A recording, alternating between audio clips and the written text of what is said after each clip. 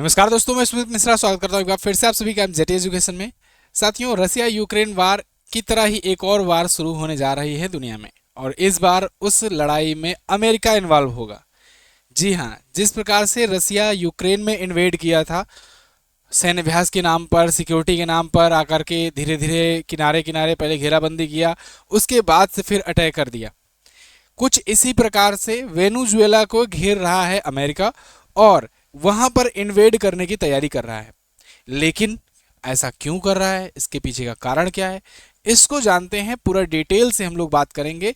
एक और जरूरी बात है कि एंड तक वीडियो आप देखेंगे तो किसी और दिशा में जा रही होगी, किसी आपको लगेगा कि हाँ यही कारण है, और वीडियो को एंड तक जरूर देखना, क्योंकि एंड में बिल्कुल क्लाइमैक्स आएगा, जैसे किसी थ्रिलर मूवी में आता है, ऐसे यहाँ पर भी आएगा कि बिल्कुल क्लाइमैक्स में सब कुछ चेंज हो जाएगा कि क्यों ये हो रहा है। तो एंड तक जरूर देखना, वीडियो आपको काफी इंटरेस्टिंग लगने वाली है। शुरुआत करते हैं। आप देख सकते हो, another war is about to start. Is Donald Trump planning to Russia like invasion in Venezuela?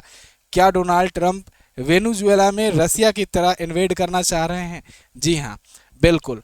7 से ज्यादा वारशिप आज के टाइम पर भेज दी गई हैं। 4000 से 8000 के बीच में सैनिक भेज दिए गए हैं।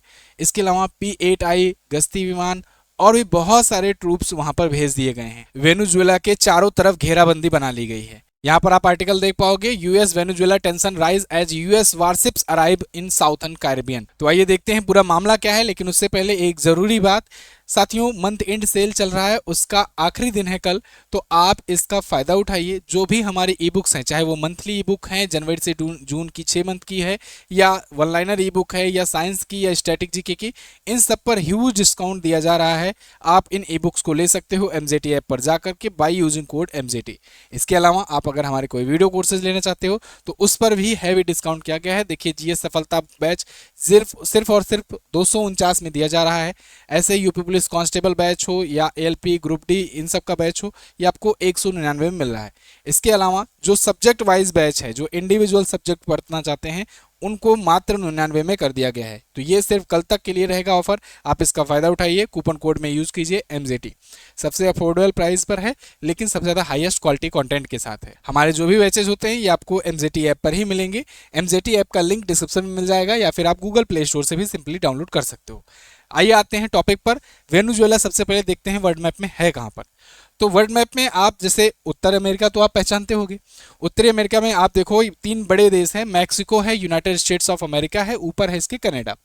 लेकिन दक्षिण अमेरिका में आप जैसे आओगे तो वहीं पर एक देश ऊपर ही दिख जाएगा आपको, वेनेजुएला। ये जो देश है ना, ये है वेनेजुएला, ठीक है। कराकस इसकी राजधानी होती है। तो वेनेजुएला जो कंट्री है ना, इसी पर इन्वेड करने की तैयारी में है यूएसए। इन्वेट क्यों करना चाहता है? यूएसए का ये कहना है कि यहाँ पर ड्रग कार्टेल्स बहुत ज़्यादा बढ़ गए हैं, ड्रग तस्करियाँ बहुत ज़्यादा बढ़ गई हैं, और ये लोग ड्रग की स्मगलिंग करते हैं, यूएसए में ड्रग पहुंचाते हैं, जिससे इनके लाखों युवा परेशान होते हैं, मरते हैं, जॉम्बी ड्रग तक आते हैं, और बहुत सारी चीज़ें होती हैं, बहुत नुकसान होते हैं इकोनॉमी को भी। तो इसलिए यूएसए इनके कह रहा है कि हम ड्रग तस्करी को खत्म करने के लिए, ड्रग्स के जो माफिया हैं उनको खत्म करने के लिए इन्वेड करेंगे। इसके अलावा ये सबसे बड़ा माफिया, ड्रग माफिया, तो कहते हैं इनके राष्ट्रपति को। वेनेजुएला के राष्ट्रपति का नाम है निकोलस मादुरो। आज के टाइम पर निकोलस मादुरो पर, यूएसए की अगर ऑफिशियल वेबसाइट पर आप जाओगे, यूएस डिपार्टमेंट ऑफ स्टेट की, तो वहां पर निकोलस मादुरो पर उनको जिंदा या मुर्दा पकड़ने पर $50 मिलियन का लगा दिया गया है अवार्ड। मतलब आप जो भी इनके बारे में जानकारी देगा या इनको गिरफ्तार करवाएगा, $50 मिलियन दिया जाएगा इनाम यूएसए की तरफ से। ये ऑफिशियल है। तो आप समझो, पहले $25 मिलियन था, अभी दुगना कर दिया गया है पिछले कुछ दिनों में। ओसामा बिन लादेन जो था ना, उसको पकड़ने पर $25 मिलियन के आसपास में रखा गया था रिवार्ड, और उनसे भी ज्यादा इनको कर दिया गया है। तो आप समझो कि ये कितने बड़े ये थ्रेट बन चुके हैं यूएसए के लिए। ये ऐसा यूएसए का कहना है। यूएसए कह रहा है कि हम इनको पकड़वा करके रहेंगे, सबसे बड़े ड्रग माफिया तो यही हैं, और इसके लिए ये बिल्कुल रेडी हैं इन्वेड करने के लिए वेनेजुएला पर।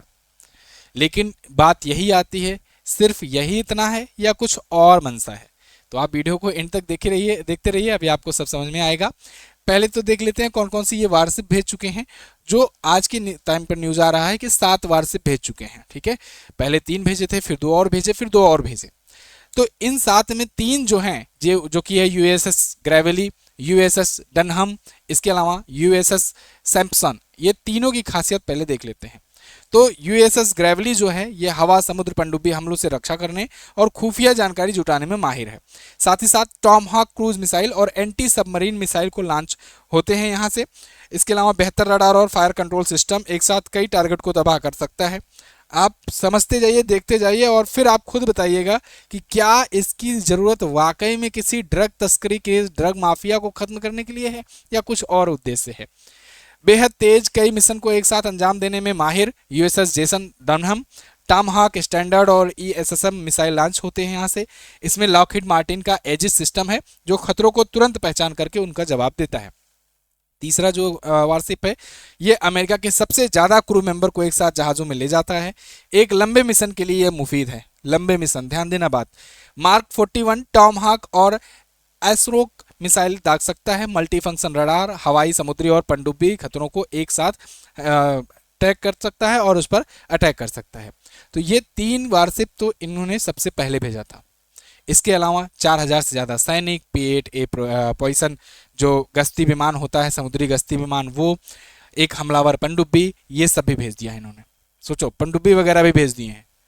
तो अब ये सब जो भेजे हुए हैं ये ड्रग तस्करी के खिलाफ अभियान का हिस्सा बता रहे हैं। लेकिन उधर वेनेजुएला का क्या कहना है? वेनेजुएला ने यह बताया है कि भाई देखो, ऐसा है कि ये हम पर अटैक करने की कोशिश कर रहे हैं, हमारी सॉवरेंटी को खतरा है, लेकिन हम किसी भी प्रकार से इनके अटैक को सफल नहीं होने देंगे, हम पूरा डट करके मुकाबला करेंगे। और ये अपने नागरिकों को, वेनेजुएला के जो प्रेसिडेंट हैं निकोलस मादुरो, ये अपने नागरिकों को तैयार कर रहे हैं कि तैयार हो जाओ, सभी लोग नागरिक जो हैं वो भी हथियार उठाने को तैयार हो जाओ। ठीक उसी तरीके से जैसे यूक्रेन में एक टाइम पर हुआ था, जब यूक्रेन के आप देख रहे थे ना कि कोई भी वर्किंग वीमेन हो, घरेलू वीमेन हो या फिर बच्चे हो, मतलब जो भी लगभग वयस्क हो गए थे 15-16 साल के, वो सब हों, और आम नागरिक जो हों, वह सब बंदूक उठा लिए थे शुरुआत में, जब रसिया यूक्रेन युद्ध शुरू हुआ। तो जब फंडिंग नहीं मिली थी उतना जल्दी तब, तो वैसे ही कुछ यहाँ पर ये अपने नागरिकों से अपील कर रहे हैं। एक्चुअल में ना यहाँ पर एक फोर्स है, जैसे अपने यहाँ जो पैरामिलिट्री फोर्स होती है, जिसे हम लोग, जैसे आप सीआरपीएफ ले लो, बीएसएफ ले लो, वगैरह वगैरह। भाई इंडिया है, इंडिया में तो बहुत ज़्यादा पॉपुलेशन है और मतलब एक नौकरी का भी जरिया बनता है फोर्स, तो इसलिए अर्धसैनिक बल वगैरह में तो अपने यहाँ तो पर्याप्त संख्या है, तो अपने यहाँ दिक्कत नहीं होती है। लेकिन ऐसे देश जो छोटे देश हैं, जहाँ पर कम आबादी है, बहुत कम ही सेना रखते हैं लोग, उतना ज़्यादा पॉपुलेशन नहीं है, तो वो लोग में क्या करते हैं, वो रिजर्व सेनाएं रखते हैं। तो वहाँ पर क्या होता है कि कोई भी जैसे वयस्क होता है तो उसको कह देते हैं चलो भाई 1 साल की आपके लिए ट्रेनिंग भी मस्ट है, कोई भी जॉब करने जाते हो 1 साल ट्रेनिंग भी करके रखो, कभी लगा ज़रूरत तो आपको बुलाया जाएगा, आपको रिजर्व के रूप में रखा जाएगा। ऐसे ही यहाँ पर जैसे अपने यहाँ एनसीसी है, national cadet corps, home guards वगैरह हो गए, ये सब रिजर्व फोर्स में माने जाते हैं। इनको कभी भी बुलाया जा सकता है, प्रॉपर ट्रेनिंग इनको क्योंकि हल्की फुल्की लेवल की दी गई रहती है। ऐसे ही वेनेजुएला को डर है कि उसकी रिजीम चेंज करना चाहता है, उसकी सत्ता परिवर्तन करना चाहता है अमेरिका, और इसके लिए उस पर अटैक करने के लिए आ रहा है। अमेरिका का ये तर्क रहा है, अमेरिका एक्चुअल में 2024 में जब निकोलस मादुरो दोबारा से चुनाव जीते तो अमेरिका ने इस चुनाव को इनवैलिड करार दिया। दुनिया भर में बहुत सारे देशों ने इसको इनवैलिड करा दिया, मतलब एक्सेप्ट नहीं किया। उनका ये कहना था कि यहाँ पर ये घपलेबाजी हुई है, चुनाव में वोट चोरी हुई है ना। तो यहाँ पर वोट चोरी को लगा करके चोरी के वोट के रूप में खारिज कर दिया था इन्होंने कि ये चुनाव को हम नहीं मानते। लेकिन निकोलस मादुरो का कहना है कि इस वजह से ये हमें यहाँ से सत्ता से हटाना चाहते हैं, रिजीम चेंज करना चाहते हैं। क्यों करना चाहते हैं? तो अमेरिका का कहना यह है कि ये भाई ड्रग तस्करी करता है और ड्रग तस्कर को बढ़ावा देता है, और इससे अमेरिका में तस्कर आते हैं, हमारी जो दक्षिणी सीमा है वो सेफ नहीं है, बस वेनेजुएला की वजह से। इसको लेकर के ट्रम्प ने कई बार मुद्दा भी बनाया है। जब वो सत्ता में आए थे तो उन्होंने कुछ जो इससे रिलेटेड जो संगठन है, जैसे ट्रेन डी आर्गुआ हो गया, इसके अलावा मैक्सिको के सिलानोवा कार्टेल और भी जो ड्रग गिरोह हैं, इनको बैन किया था, इनको आतंकवादी संगठन घोषित किया था। लेकिन निकोलस मादुरो ने इसको भी इनवैलिड करार दिया। इन्होंने यूएन में भी इसकी शिकायत की। यूएन में ये गए और इन्होंने ये कहा उनसे, यूएन के जो प्रेसिडेंट हैं आज के टाइम पर, कौन है भाई, महासचिव हैं एंटोनियो गुटरेस। ये बड़ो दादा बैठे रहते हैं, इनको कुछ काम वाम रहता नहीं है, ये बस निंदा करने के लिए बैठे रहते हैं। खैर, लेकिन एक बार जैसे होता नहीं कि चलो आपके यहाँ थाना बेकार है, काम अच्छा नहीं होता है, लेकिन फिर भी एक बार रिकॉर्ड के लिए ही सही पुलिस शिकायत तो करना ज़रूरी ही होती है कि हमारी भैंस चोरी हो गई है ना। क्या पता जब बाद में कभी प्रूफ वगैरह की बात आए तो फिर ये हो जाए कि हाँ हमने तो शिकायत कराई थी। ऐसे ही ये भी वेनेजुएला गए इनके पास, और ऐसे ही आजकल सभी जा रहे हैं। जब भी कोई मुद्दा होता है एक बार शिकायत कर ही आते हैं चाचा के पास कि चलो ठीक है बता दे रहे हैं हम यूएन में कि ऐसा ऐसा चल रहा है, बाकी तुम तो निंदा करोगे ही, तुम्हारे से और कुछ होना है नहीं। तो ऐसे में वेनेजुएला भी गए और इन्होंने कहा कि देखो अमेरिका हमारे यहाँ रिजीम चेंज करना चाहता है और आप इसमें कुछ आवाज़ उठाओ, संयुक्त राष्ट्र चार्टर का ये उल्लंघन कर रहे हैं, इस पर कुछ आप बयान दो। लेकिन यूएन का फिर वही बात है, इस पर अभी जांच पड़ताल करेंगे, बहुत सारी चीज़ें हुई। इन्होंने अपने यहाँ वेनेजुएला मिलिशिया में शामिल होने के लिए लोगों को, नागरिकों को कह दिया है। और इनके अनुसार जो भी वो नागरिक हैं, जो रिजर्व फोर्स अभी मैंने आपको बताया, वो सब इसमें शामिल होने के लिए तैयार रहें बिल्कुल, क्योंकि यूएसए एक बड़ा अटैक कर सकता है। अगर रसिया की तरह ही यूएसए ने अटैक किया जैसे रसिया ने यूक्रेन पर किया था, तो ये भी एक लंबी वार छिड़ सकती है। कारण ये है कि जैसे जब यूक्रेन था लग रहा था ऐसा कि बस 5-6 दिन की बात है, पुतिन आएंगे इधर कब्जा करके चले जाएंगे, व्लादिमीर जेलेंस्की को हटा देंगे, रिजीम चेंज कर देंगे। लेकिन हुआ क्या, 3 साल से ज्यादा हो गए हैं, अभी तक युद्ध चल रहा है। क्यों? उसके पीछे क्योंकि यूरोप और अमेरिका आ गया था। ठीक ऐसे ही इसके पीछे, वेनेजुएला के पीछे चाइना है और रसिया भी आएगा, भाई पुरानी बदला लेना है पुराना दुश्मनी का। तो रसिया और चाइना ने इनको भी आंखें दिखानी शुरू कर दी है वेनेजुएला की तरफ से अमेरिका को कि अगर ऐसा कुछ किए तो ठीक नहीं होगा, हम भी अपने जहाजी बेड़े भेज देंगे। अब बात करते हैं क्लाइमैक्स की। जैसे मैंने आपको शुरुआत में बताया था ना कि अब तक की स्टोरी जो भी रहेगी लास्ट में बिल्कुल पलट जाएगी, ऐसे यहाँ पर भी है। एक्चुअल में यूएसए क्यों चाहता है वेनेजुएला पर अटैक करना? देखिए, जब तक जो बाइडन थे तब तक वो थोड़ा सा पर्यावरण के प्रति प्रेमी थे।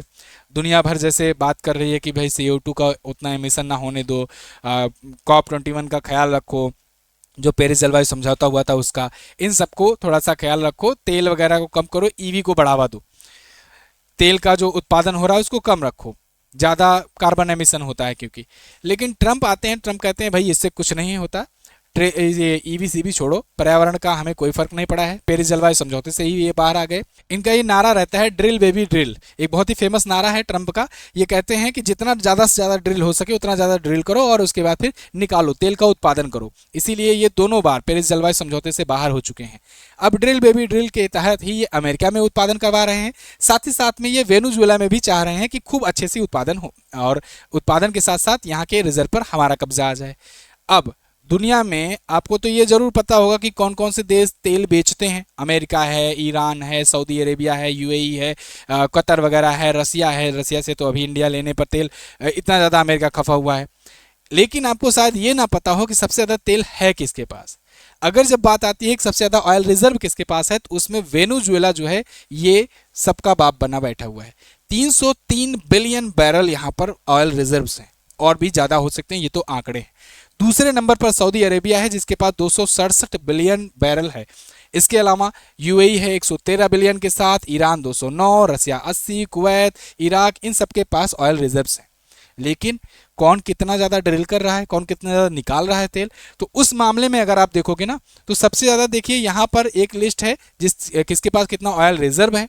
यहाँ पर एक लिस्ट है कि ऑयल प्रोडक्शन कौन कितना कर रहा है। तो आप देखोगे वेनेजुएला तो टॉप पर है सबसे ज़्यादा ऑयल रिजर्व के साथ 304 बिलियन बैरल के लिए। लेकिन ऑयल अगर इनरिचमेंट की बात करेंगे, ऑयल अगर निकालने की बात करेंगे प्रोडक्शन में, उसमें 9,40,000 बैरल ही है प्रतिदिन का।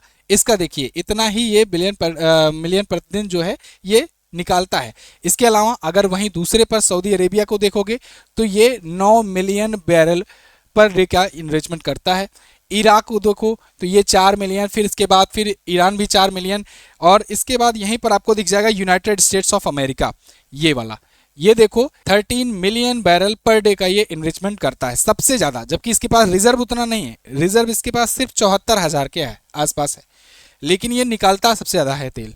तो अब यूएसए चाह रहा है कि हमारा तो खत्म हो जाएगा भाई रिजर्व, तो हम क्या करें, और ऑप्शन की तलाश करें। और ऑप्शन में किसको मुर्गा बनाएं, जो कमज़ोर हो, जिसके यहाँ हम लोग कुछ आरोप इधर उधर लगा करके सत्ता पलट सकें। तो अब यही निकोलस मादुरो को हटा करके ये चाहते हैं कि निकोलस मादुरो यहाँ से हट जाए सत्ता में, इनके मुफीद जो भी कोई वहाँ पर पपेट गवर्नमेंट बनाकर चला सके वो आए, या फिर ये वैसे ही रसिया यूक्रेन युद्ध की तरह ये भी इन्विजन करके कब्जा करके कुछ ज़मीन जहाँ पर ज़्यादा ऑयल रिजर्व पाए जाने की संभावना है उसको कब्जा कर लें। क्योंकि पुतिन साहब ने इनको एक फार्मूला दे दिया है कि भाई देखो, हमने यहाँ पर इतना कोहराम मचाया कि आज के टाइम पर ऐसी स्थिति आ गई है कि यूक्रेन के 4 राज्य ये हमारे मतलब हो गए हैं, कब्जे में आ गए हैं, और हम उनको छोड़ने को लेकर के नेगोशिएट करने को बोल रहे हैं। इनविजन वाली जो बात शुरुआत की थी वो तो बात की जा दो, ये जो तुम्हारे 4 राज्य हैं इसके उधर कैसे तुम बचे रहोगे, इसको लेकर के अब बातचीत हो रही है। और वहीं पर सबसे ज़्यादा रेयर अर्थ मिनरल के भंडार हैं, इसके लिए वहां पर युद्ध हुआ था और इसके लिए ऑयल के लिए यहाँ पर युद्ध हो रहा है। अब ये तो थी अमेरिका और वेनेजुएला की कहानी, लेकिन मैं पूछना चाहता हूँ इस पर आपकी क्या राय है, आप क्या सोचते हो? क्या ड्रग तस्करी के लिए ट्रंप इतनी भारी भरकम सेना भेजे हुए हैं, या फिर ये ऑयल रिजर्व पर कब्जा हथियाने के लिए इतना भारी भरकम सेना भेज रहे हैं? इसको लेकर के आप कमेंट करके बताइएगा। खैर, वेनेजुएला पर काफ़ी लंबे समय तक अमेरिका ने बैन भी लगा रखा था, दुनिया के और देशों से ये कह रखा था कि इनसे कोई तेल भी नहीं खरीदेगा वगैरह वगैरह। यही कारण था कि वेनेजुएला ने अभी तक उतना ज़्यादा प्रोडक्शन नहीं किया, क्योंकि प्रोडक्शन कर लोगे तो फिर करोगे क्या, है ना? आपका तेल करेंगे क्या जब बिकेगा ही नहीं? तो इसलिए भी इसका प्रोडक्शन अभी तक नहीं किया गया था, क्योंकि बैन वगैरह लगा था, सैंक्शन लगा देता, इसकी धमकियां दे रहा था लगातार अमेरिका। खैर, बैन अभी हटा जब, तो इंडिया वगैरह भी और भी देश जो हैं ये इनसे भी खरीदना शुरू किए थे। तो आपको क्या लगता है, आप लोग कमेंट करके ज़रूर बताइएगा, वाकई में अपना दिल क्या कहता है, ठीक है? लेकिन जाने से पहले एक बार फिर से मंथ एंड सेल जो है इसका फ़ायदा उठाइए। जो भी हमारी ई बुक्स है ये हैवी डिस्काउंट पर है, MZT कूपन कोड यूज़ करके इनका फ़ायदा उठाइए। इसके अलावा GS सफलता बैच हो, या रेलवे का IRB LP बैच हो, ग्रुप डी का हो, या फिर कोई भी सब्जेक्ट वाइज, चाहे विश्व का भूगोल, इकोनॉमी, इतिहास, संविधान, विज्ञान, ये सब लेना हो तो आप ये मात्र 99 में ले सकते हो बाय यूजिंग कोड MZT। ये सिर्फ आपको MZT ऐप पर ही मिलेगा। तो MZT ऐप का लिंक डिस्क्रिप्शन में है, या फिर गूगल प्ले स्टोर से आप डाउनलोड कर सकते हो। थैंक यू सो मच, मिलेंगे किसी और टॉपिक में, तब तक के लिए नमस्कार, जय हिंद, वंदे मातरम।